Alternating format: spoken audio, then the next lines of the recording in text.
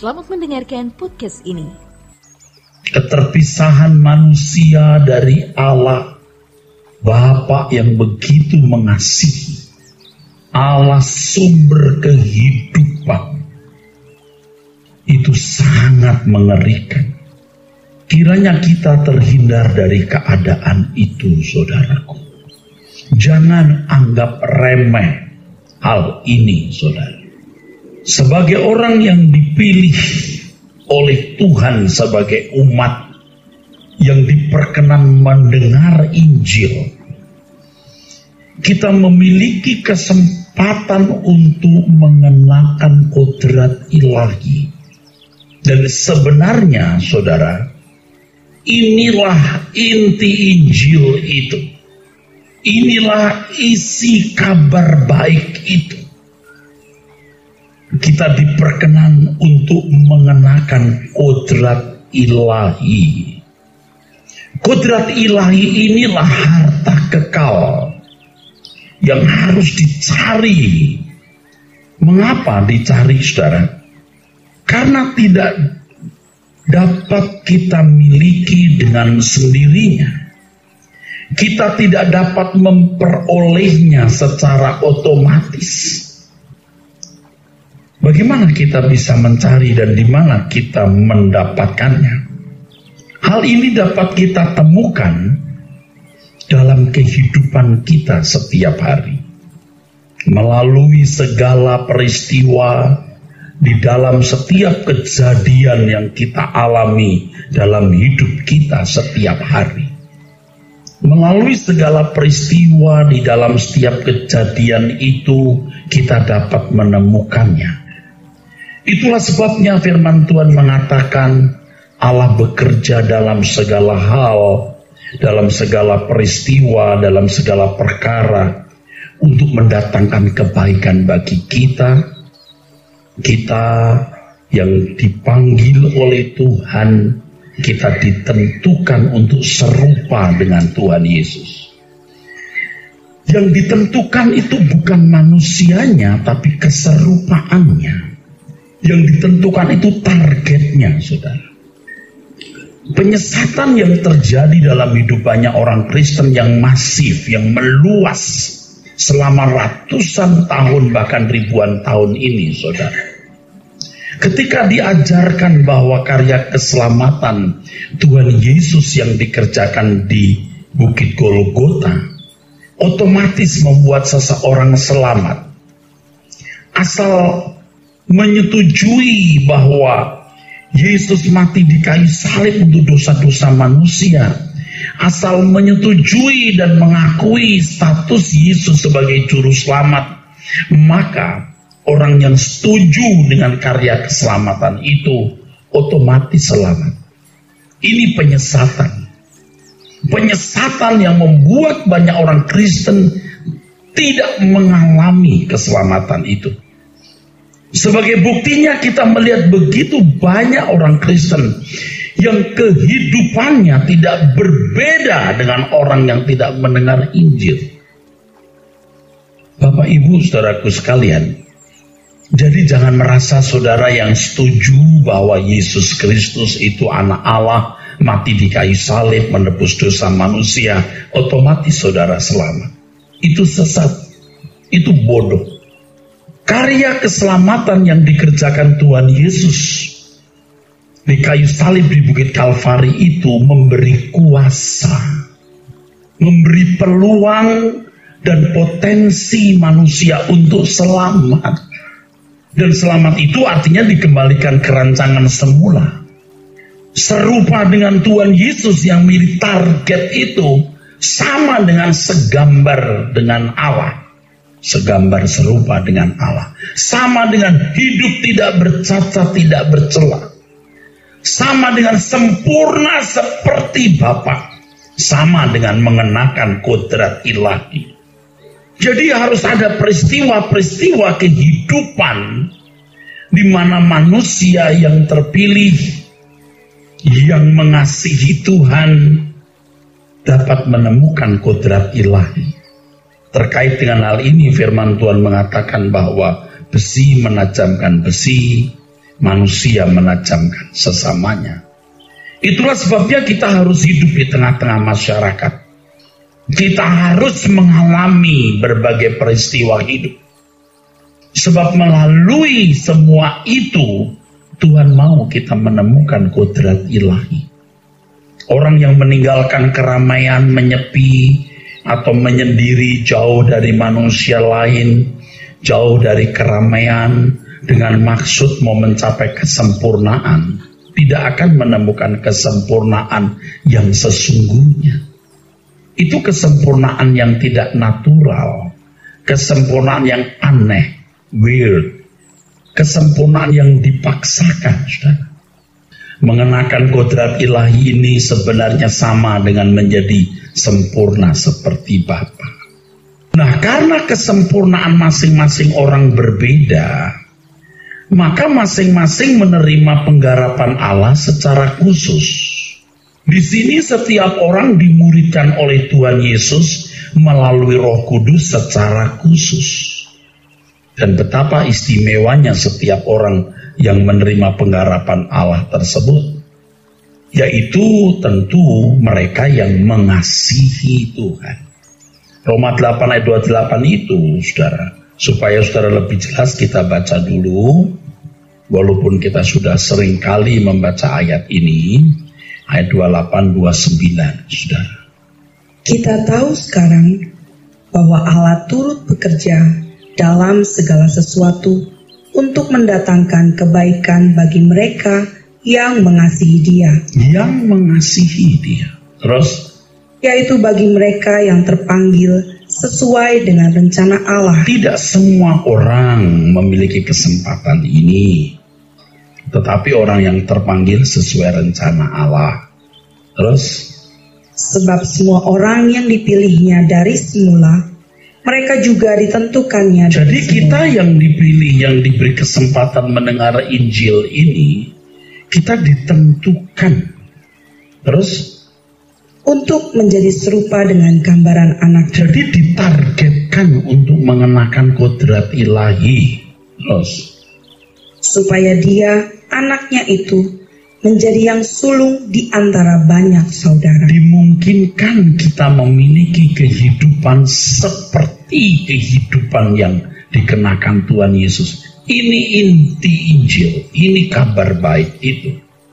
Seseorang bisa belum sempurna, tetapi bisa sungguh-sungguh mengasihi Tuhan. Maka seiring dengan perjalanan waktu dan proses penggarapan Allah yang berlangsung dalam hidupnya, maka akhirnya cintanya kepada Tuhan menjadi utuh, atau cintanya menjadi sempurna. Jadi saudara jangan menjadi asing terhadap kata sempurna. Hidup tak bercacat, tak bercela, yang sama dengan mengenakan kodrat ilahi. Mari saya jelaskan. Ada prinsip penting dalam hidup yang saudara-saudara sekalian harus tahu, bahwa dalam kenyataan hidup ini kita diperhadapkan kepada dua hal. Yang pertama, dua hal saja. Surga atau neraka. Tuhan atau setan. Terang atau gelap. Sempurna atau tidak sempurna. Kehidupan kita, orang percaya. Jadi tindakan kita harus diukur dari hal ini. Ketika tadi pagi saudara bangun tidur misalnya, saudara malas mau kemana-mana. Mungkin hari ini ada tinju jam 10 pagi. Saudara memilih tinju atau pergi ke gereja. Ketika saudara berkata, aku mau ke gereja, aku mau mendengar firman, itu sempurna. Itu sempurna. Ketika kita dimusuhi, kita dijahati, kita bisa membalas kejahatan itu. Tapi kita berkata, ku maafkan dia. Itu sempurna. Dari perkara kecil, dari hal-hal sederhana setiap hari. Di restoran, ini kenapa ya dikasih makan? Piring sendoknya enggak ada. Sendok, itu enggak sempurna. Kenapa kita enggak berkata? Udah sempurna. terang gelap, surga neraka, Tuhan setan. Sempurna? Tidak sempurna. Saudaraku, segala keputusan yang benar yang kita lakukan itu menjadi irama jiwa yang permanen. Berkodrat ilahi artinya berkeadaan diri di mana kita tidak berbuat suatu kesalahan apapun di hadapan Tuhan. Bukan karena tidak mau, tapi karena tidak bisa lagi melakukan kesalahan. Dan itu lewat sebuah proses dari perkara kecil. Dari setiap perkara itu harus diurai, saudara. Ini kan dari pengalaman hidup di mana saya selalu berdoa, Tuhan aku mau sempurna. Aku mau serupa dengan Tuhan Yesus. Terus saya berdoa begitu. Aku mau jadi corpus delicti. Tuhan kalau engkau tanya padaku apa yang aku boleh minta, aku minta aku mau sempurna. Di rumah juga saya berdoa dengan kalimat yang sama. Sampai suatu hari saya merasa Tuhan tidak berkenan. Lalu seperti suara tegas berkata, sekarang. Maksudnya sempurna. Sekarang. Berkodrat ilahi. Sekarang. Serupa dengan Tuhan Yesus. Sekarang. Apa maksudnya? Saya menemukan kebenaran ini. Melek mata. Kita memilih sempurna atau tidak sempurna. Harus kita mengurai dari perkara-perkara sederhana. Sampai nanti Tuhan izinkan hal-hal yang lebih pelik, hal-hal yang lebih besar. Bapak Ibu saudaraku sekalian. Jadi ketika saya tadi berkhotbah, di mana kita menemukan kodrat ilahi? Dalam peristiwa kehidupan yang kita alami setiap hari. Mungkin saudara mulai melipat dahi. Maksudnya, ini maksudnya. Nah untuk itu seseorang harus memiliki yang namanya kecerdasan roh. Bagaimana saudara bisa menganalisa sesuatu itu kehendak Tuhan atau tidak. Dan untuk memiliki kecerdasan roh, seseorang harus belajar firman. Belajar firman itu bukan belajar ilmu agama seperti yang dipahami agama-agama samawi, antara yang boleh dan tidak, yang halal dan yang haram. Kebenaran itu tidak demikian, saudara. Saya khawatir saudara tidak pernah menemukan sentuhan kebenaran, sehingga tidak pernah merasa kecanduan atau edik. Anda tidak pernah lapar dan haus akan kebenaran karena tidak pernah menikmati atau merasakan kebenaran itu. Kalau saudara sudah mendengar, saudara kan bisa mengerti. Luar biasa firman itu. Bukan karena saya pengajar, saya mengatakan ini. Saudara, kalau belajar firman dengan sungguh-sungguh, saudara bisa mengerti. Kebenaran itu menakjubkan, saudara. Makanya saudara mesti dengar khotbah, ya. Ibu-ibu di rumah dengarkan CD khotbah sambil goreng tempe. Ya konsentrasi ke tempe dan ke suara kebenaran. Jangan lagi goreng tempe, suara kebenaran menyentuh terus haleluya, lihat. Hangus tempe. Sambil nunggu anak dengerin khotbah, haleluya. Ya sambil nunggu bunyi bel selesai sekolah, jangan tenggelam dengan amin Yesus. Haleluya, amin, amin. Anak sudah keluar di pinggir jalan, mami gua kok nggak datang ya? Satpam berkata, dek nyari siapa? Mama aku. Tuh, di pojok lagi haleluya, haleluya. Itu membuat kita bisa menganalisa setiap kejadian yang begini. Kayaknya bukan begitu begini. Jadi kalau saudara tidak belajar kebenaran, tidak menjadi cerdas. Di peristiwa kehidupan setiap hari itulah, dengan kecerdasan roh yang kita peroleh, bermodalkan kebenaran yang kita pelajari, kita bisa menemukan apa yang Tuhan kehendaki. Jika kita lakukan terus-menerus menjadi irama permanen, disitulah kodrat ilahi kita kenakan.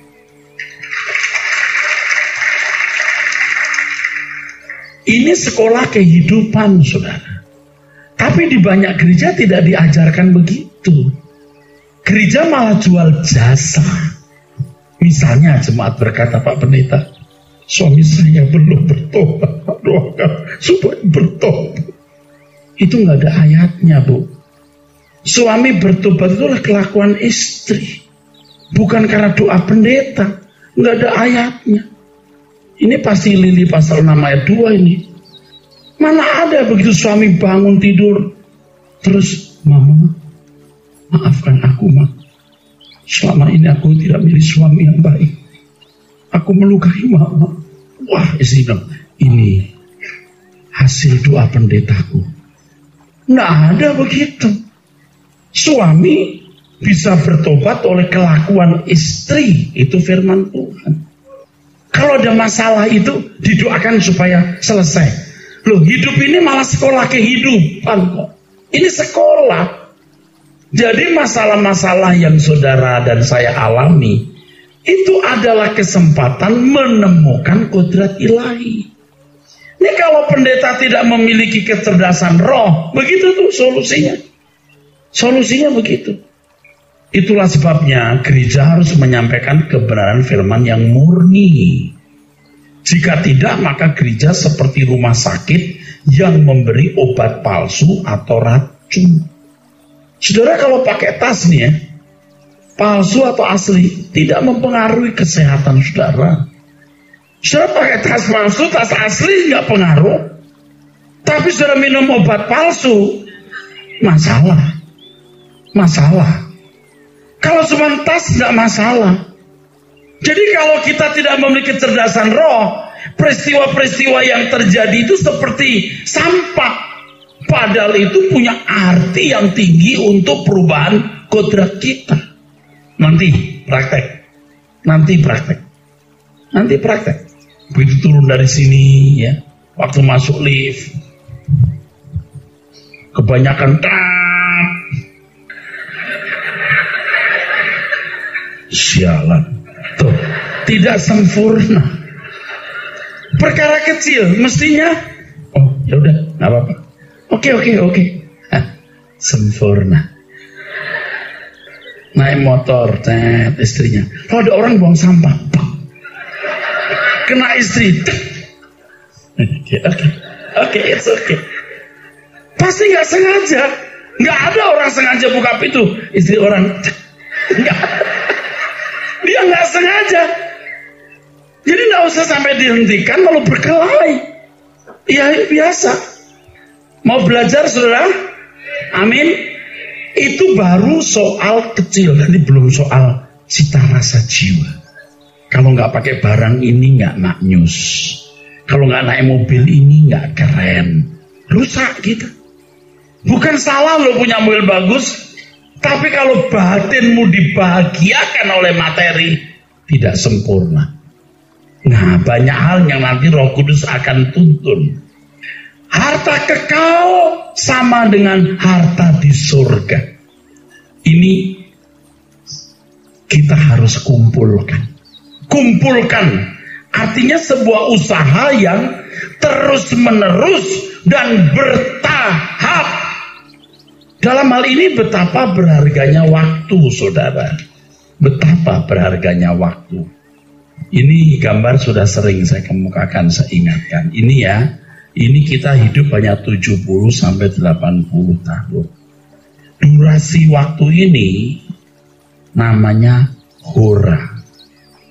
Kita hanya punya 70 sampai 80 tahun. Berharganya waktu kita ada momentum-momentum. Momentum ini, saudara, ini disebut kairos atau momentum. Kairos atau momentum. Tuhan tahu bagaimana memberikan kepada saudara masalah, perkara, kejadian yang saudara lihat, saudara dengar, yang akan dapat membangun kodrat ilahi. Dan Tuhan membuat susunan peristiwa demi peristiwa itu semacam kurikulum yang namanya kronos atau kronologi. Kalau kita sekolah, kita kuliah, itu semua punya kurikulum yang sama. Tetapi dalam kehidupan, setiap individu itu punya kurikulum yang khusus, yang tidak sama dengan yang lain. Jadi ketika saudara berkata, aku mengasihi engkau Tuhan, Tuhan buat kurikulum untuk masing-masing kita. Kita menjadi begitu berharga di mata Tuhan, saudara. Begitu saudara mengasihi Dia, Tuhan memeteraikan dengan Roh Kudus. Lalu Tuhan membuat kurikulum, men-setting situasi demi situasi. Itulah sebabnya pada kesempatan ini saya mengajak saudara untuk mengasihi Tuhan. Saya telah melakukannya itu. Saya menemukan khotbah ini bukan karena orang lain menulis, saya membacanya. Saya mengalami. Saya yang tiap minggu bicara soal kesucian, kekudusan. Yesus sempurna seperti Bapa, hidup tak bercacat, tak bercela. Saya ditantang, saya dituntut untuk memiliki profil dari manusia yang memiliki kodrat ilahi. Maka saya minta kepada Bapa, saya meratap kepada Bapa untuk memperolehnya. Dan ini yang diajarkan. Sekarang, Eras, maksudnya apa Tuhan? Baru saya mengerti, terang atau gelap, sempurna atau tidak sempurna, mulai belajar. Waktu seorang datang berkata, Pak, Bapak, orang ini berkhianat kepada Bapak. Saya tergoda untuk mempercakapkan, dan saya sudah berapa kali gagal. Tapi setelah saya belajar banyak, saya mengerti. It's okay.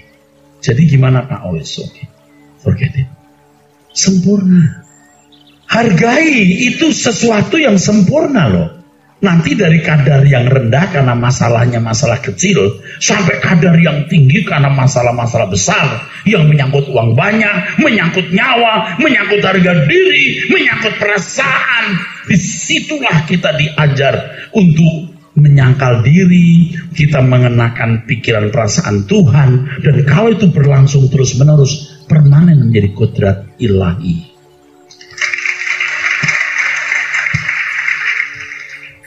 Harus disadari bahwa waktu adalah anugerah yang tidak ternilai. Waktu tidak dapat dibeli dengan uang dan tidak dapat ditukar dengan apapun. Ketika seseorang ada di ujung maut, maka ia baru menyadari betapa berharganya waktu yang dia memiliki. Menit saja berharga, 1 menit saja berharga, apalagi 1 jam, apalagi 1 hari, apalagi 1 minggu, apalagi 1 tahun. Nah, ketika kita di ujung maut, ketika seseorang di ujung maut mau menambah 1 menit pun, kalau Tuhan berkata tidak, nggak ada yang bisa membantu kita. Nggak usah 1 hari Pak, 1 menit pun nggak bisa. Jadi kalau kita memiliki waktu yang begitu limpah hari ini, aduh, kita harus gunakan ini sebagai kesempatan untuk belajar. Ada kairos yang tersusun dalam kronos yang begitu sempurna untuk membangun kodrat ilahi di dalam diri kita. Dan inilah inti Injil atau berita kabar baik itu. Efesus pasal 5 ayat 15 sampai 17, saudara. Karena itu, perhatikanlah dengan seksama bagaimana kamu hidup. Janganlah seperti orang bebal, tetapi seperti orang arif. Ayat 17. Sebab itu, ayat 16 dulu. Dan pergunakanlah waktu yang ada, karena hari-hari ini adalah jahat. Sebab itu janganlah kamu bodoh, tetapi usahakanlah supaya kamu mengerti kehendak Tuhan. Bapak, Ibu, saudaraku sekalian, di dalam Efesus pasal yang ke berapa tadi, 5 ayat 15, itu ada satu kata yang luar biasa, peripatete. Lalu ada kata juga akribos. Saya tidak akan mengurai satu persatu kata ini, tapi artinya begini. Perhatikanlah dengan seksama atau secara akurat, akribos, peripatiete, bagaimana kamu berkebiasaan. Hebat sekali, saudaraku. Bagaimana kamu berkebiasaan. Jadi apa yang tadi saya katakan sudah menjawab sebenarnya maksud ayat ini. Peripatiete dari akar kata peripateo, yang bisa berarti go about, walk around, conduct oneself. Kata ini menunjuk keadaan diri seseorang dalam kehidupan setiap hari atau kebiasaannya. Maksud firman itu agar kita memperhatikan bagaimana berkebiasaan. Tuhan menghendaki agar kita bijaksana, saudara. Jangan seperti orang tidak bijaksana. Jangan seperti orang tidak bijaksana. Jangan seperti orang yang asofos. Asofos. Sekebalikan dari sophos atau sophia. Tentu pengertian bijaksana di sini yang saya pahami sebagai kecerdasan roh. Sophos, kebalikan dari sophos, sophia. Janganlah kamu tidak bijaksana, tapi jadilah bijaksana. Kecerdasan roh inilah yang dimaksud dengan kebijaksanaan di sini, saudara. Hal ini dimaksudkan agar segala sesuatu yang kita lakukan dapat selalu sesuai dengan kehendak Bapa. Hal ini berarti menjadi sempurna seperti Bapa. Semua harus lewat proses.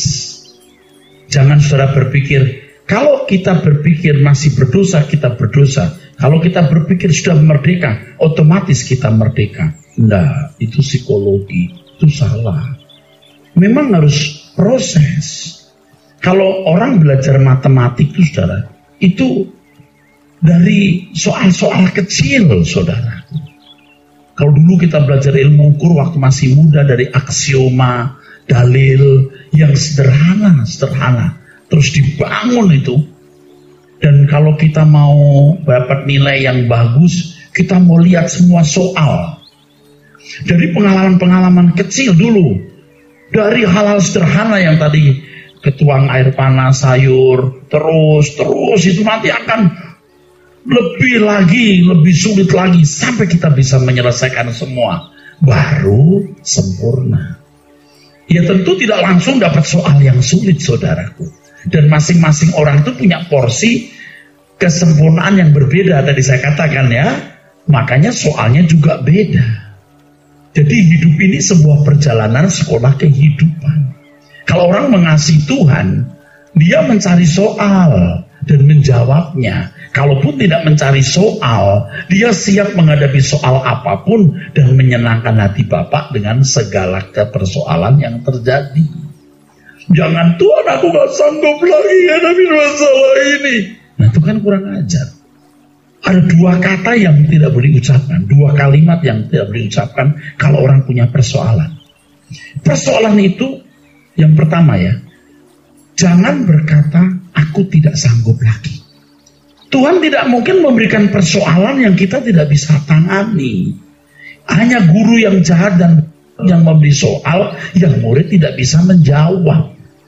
Ujian diberikan supaya menguji sekaligus meningkatkan kualitas. Kan begitu, saudara. Jadi jangan berkata, aku gak sanggup lagi Tuhan. Tidak ada, awas kalau ngomong gitu. Yang kedua, jangan sekali-kali berkata, kapanlah, sampai kapan begini ini. Tuhan sampai kapan? Itu kalau malaikat boleh menjawab, kapan-kapan kita bertemu lagi. Mungkin lusa atau di lain hari. Sampai kapan? Aku tak tahan lagi. Makanya kita harus teguh kuat. Jadi Bapak Ibu, jangan berkata sampai kapan, aku tak tahan lagi. Tuhan proses. Rasanya sudah begitu capek. Saya juga punya pengalaman macam itu, dan sampai sekarang pun saya punya sahabat-sahabat dekat juga mengalami masalah-masalah berat yang saya berdoa pun, kok Tuhan kayak gak jawab doa saya ya. Teman-temanku yang hidupnya lagi sulit gini, aduh Tuhan, aku berdoa tapi kok seperti gak menjawab. seperti nggak menjawab. Bukan enggak Eras, belum. Karena proses yang dialami sahabatmu itu belum waktunya selesai. Jadi hari ini kalau sudah datang punya masalah, tolong deh jangan teriak-teriak, help, seperti mapet. Bisa nggak saudara berkata, Tuhan, ajar aku mengerti lewat masalah ini apa yang Tuhan ajarkan padaku.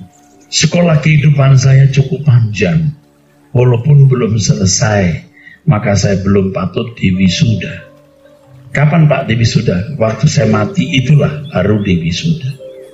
Jadi kalau saudara punya masalah hari ini, hadapi. Nanti Anda tahu betapa Tuhan sayang saudara. Membantu membangun kodrat ilahi yang adalah harta kekal. Dikatakan tadi dalam firman Tuhan, pergunakanlah waktu yang ada.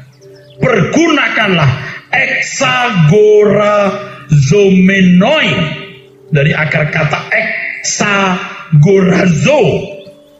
Kata ini berarti menebus, redeem. Juga bisa berarti buy back, beli kembali. Menarik saudaraku, beli kembali.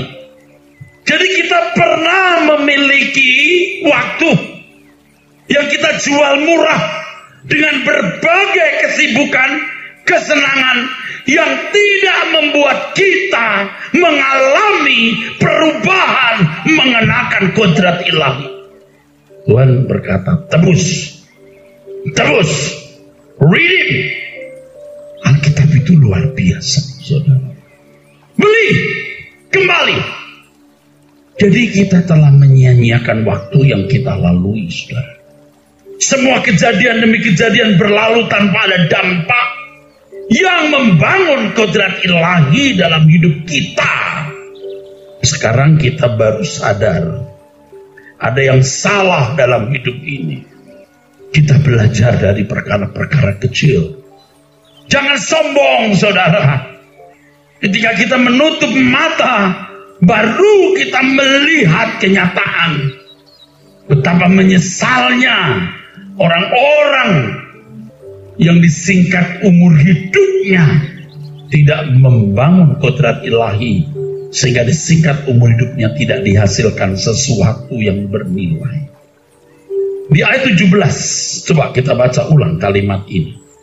Sebab itu, janganlah kamu bodoh. Ada kata bodoh. Bodoh di sini afrones, yang berarti afrones itu bisa berarti tidak peduli atau sembarangan atau sembrono. Afrones, sembarangan. Kita sembarangan. Peristiwa-peristiwa yang di dalamnya mengandung pelajaran rohani yang mestinya bisa membangun kodrat ilahi, kita tanggapi secara sembarangan, secara ceroboh, sehingga tidak membangun manusia Allah. Betul nggak? Amin. Kita mesti berubah.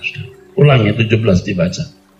Sebab itu, janganlah kamu bodoh. Jangan kamu sembrono, afrones. Terus? Tetapi usahakanlah supaya kamu mengerti kehendak Tuhan. Telema, mengerti kehendak Tuhan. Telema, to, kuriau, kehendak Tuhan. Ini luar biasa Bapak Ibu. Jadi betapa berharganya menit ke menit, jam ke jam, hari ke hari, di mana ada momentum-momentum, ada kairos yang tersusun secara kurikulum, seperti kurikulum tersusun untuk membentuk, membangun kita. Ingat, jangan sekali-kali berkata, saya memang begitu orangnya. Tidak boleh. Saya harus seperti Yesus, bukan aku yang begitu orangnya. Beri tepuk tangan. Haleluya. Pak, gimana nih Pak? Enggak, bisa begitu. Gimana sih Pak? Memang saya gitu orangnya. Enggak boleh.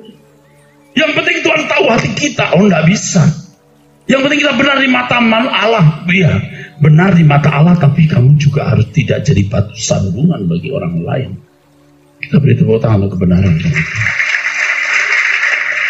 Redeem, buy back. Saya tidak ngarang. Kamus mengatakan begitu loh. Supaya kamu mengerti, memahami. Kalau dalam teks aslinya, bersama-sama tahu itu. Ada kata sun, bersama-sama tahu. Maksudnya, seperti Tuhan tahu, kamu tahu. Itu hebat banget loh saudara. Seperti Tuhan tahu, kamu tahu. Saya ini juga pendeta yang terus harus bertobat saudaraku.